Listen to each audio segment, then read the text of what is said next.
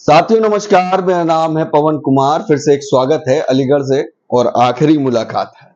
रात के 1 के 1:30 बज रहे हैं और इस वक्त हम यूथ से बात करेंगे। जी हाँ, हमारे साथ जुनेद जी हैं जो विधानसभा प्रभारी भी हैं। जी पूरा परिचय इनसे रूबरू कराते हैं, फिर इसके बाद बस। जुनेद जी अपना पूरा परिचय दें। मैं 102 पटियाली विधानसभा से विधानसभा प्रभारी हूं, बहुजन समाज पार्टी का।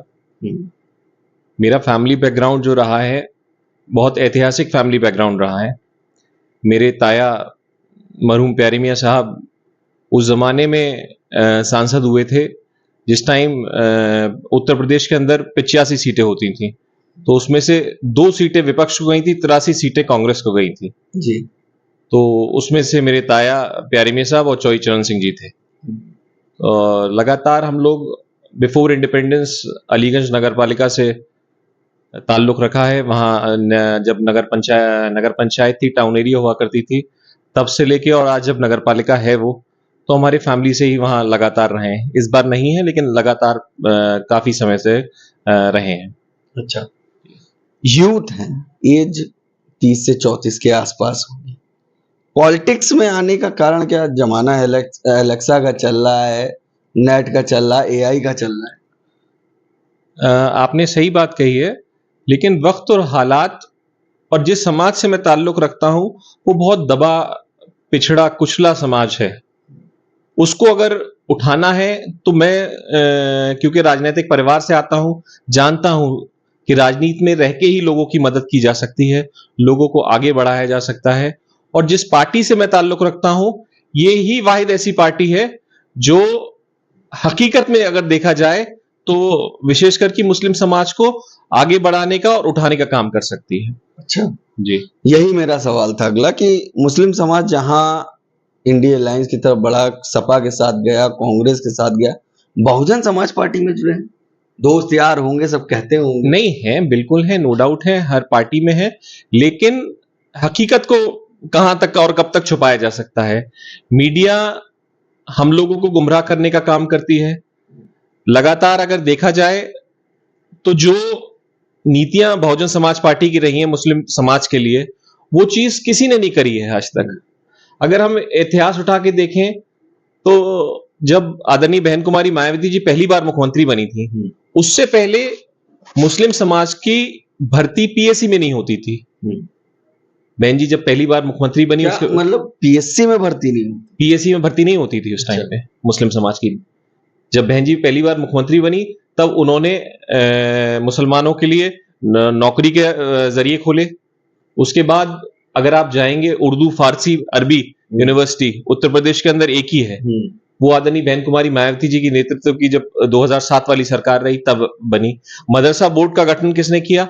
हम लोग क्या है कि उस चीज को उतना एक्सप्लोर नहीं कर पाते कि बीएसपी ने मुस्लिम समाज के लिए क्या क्या किया। ऐसी भर्ती करके दी उर्दू विभाग में अनुवादकों की, जो कोई नहीं कर सकता था। अगर आप देखा जाए, आप होंगे इंडिया अलायंस की बात कर रहे हैं, इंडिया अलायंस सिर्फ गुमराह करने के अलावा दूसरा काम नहीं किया। आज देखा जाए, हम लोगों की लीडरशिप खत्म करने का काम अगर किसी ने किया तो समाजवादी पार्टी ने किया है। मुस्लिम समाज को, आप पत्रकारिता करते हैं, आपने देखा होगा क्षेत्र में जाके लोगों से पूछा होगा, तो मुस्लिम समाज ने ब्लाइंडली समाजवादी पार्टी को सपोर्ट किया था विधानसभा में। उसके बाद इंडिया अलायंस को किया। हाँ। लेकिन आप ये बताइए, 85 सीट्स में से मुस्लिम लीडरशिप के अंदर कितने सीट्स थी? मात्र 4। क्या मुसलमानों की हैसियत 4 सीटों की है 80 में से? ये विचार करने का विषय है। जो मुस्लिम समाज में बुद्धिजीवी लोग हैं, वो आज सोच रहे हैं कि हमारी लीडरशिप खत्म करने का काम कौन कर रहा है। इस चीज पे विचार हो रहा है।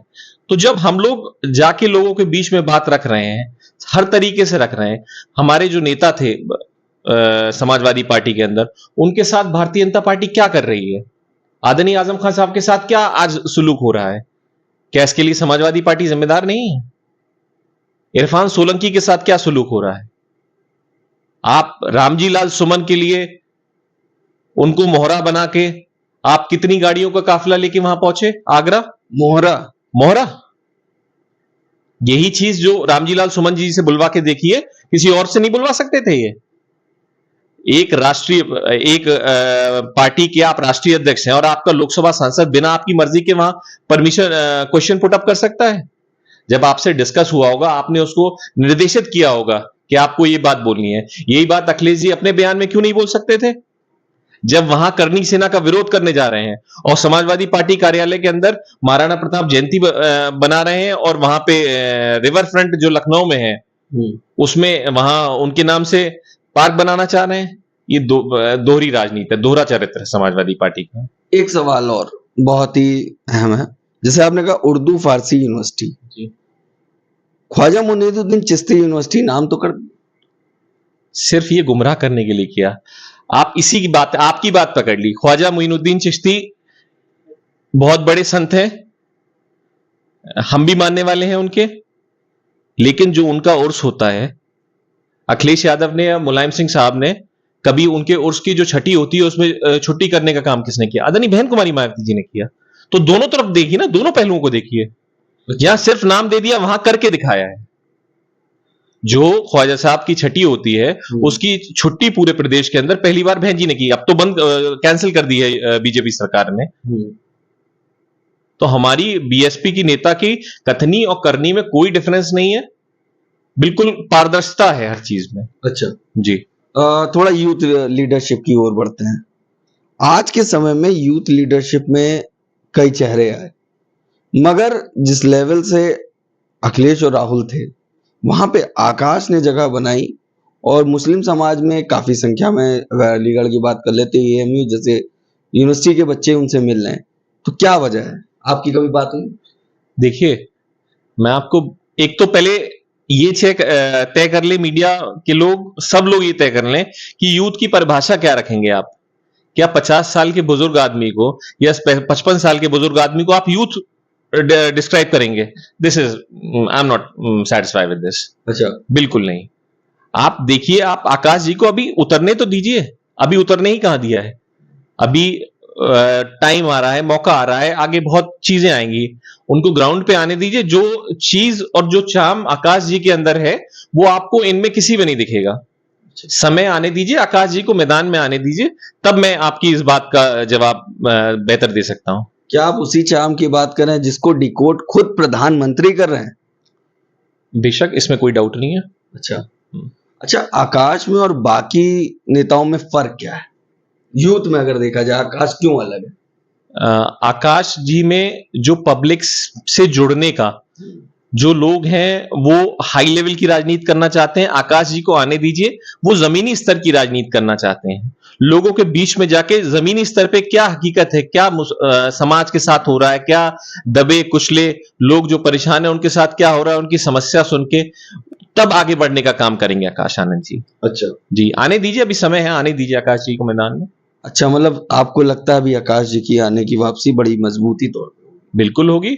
हमारे नेता हैं वो, हमारा सम्मान है वो, इसमें नो डाउट। समय आने दीजिए, आप देखिएगा, बहुत अच्छी तरीके से देखिएगा। अच्छा, मुलाकात हुई? हाँ, बिल्कुल मुलाकात हुई है। क्या लगा? मतलब मैं ये जानना चाहता हूँ कि यूथ से मुलाकात करके क्या लगा? मेरी बॉडी लैंग्वेज आपको बता दे रही होगी कि मुझे उनके मुलाकात के बाद क्या लगा होगा, कि मैं उनसे क्यों प्रभावित हूं। वो समय के साथ आप देखेंगे उस चीज को।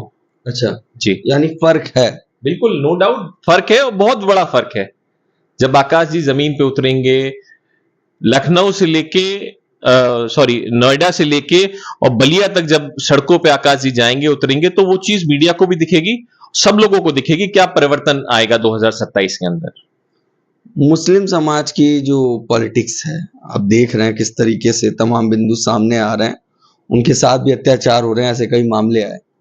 मगर जो बात विपक्ष को करना चाहिए, जैसे इंडिया अलायंस बना और वोट भी किया, ये बात तो आप मानते हैं? बिल्कुल किया, बिल्कुल किया। मगर उस बात को क्या रखा जा रहा है? किस बात को रखा गया? समाजवादी पार्टी ने नारा दिया पीडीए का।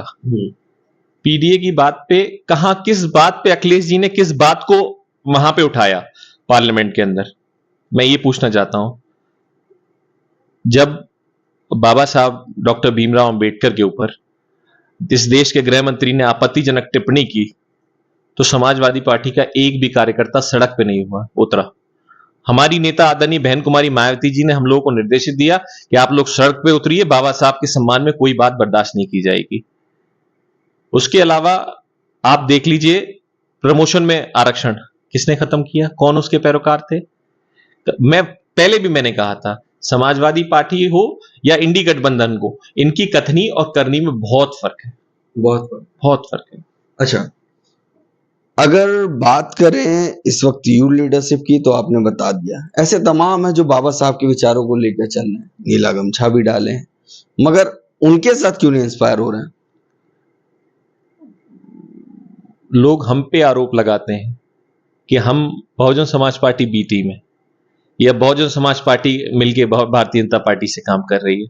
आप हकीकत से देखिए, जमीनी हकीकत पे जाइए, विचार करिए कि हकीकत में कौन लोग बीजेपी की बी टीम करने का उपयोग हो रहे हैं, कौन लोग बीजेपी से मिलके काम कर रहे हैं। समाजवादी पार्टी हो, चाहे और दूसरी नई नई पार्टियां जो बनी हैं, चाहे वो हो, ये सब लोग भारतीय जनता पार्टी की बी टीम के रूप में काम कर रहे हैं। 18 को बैठक है जी, कैसे देख रहे हैं 18 की बैठक?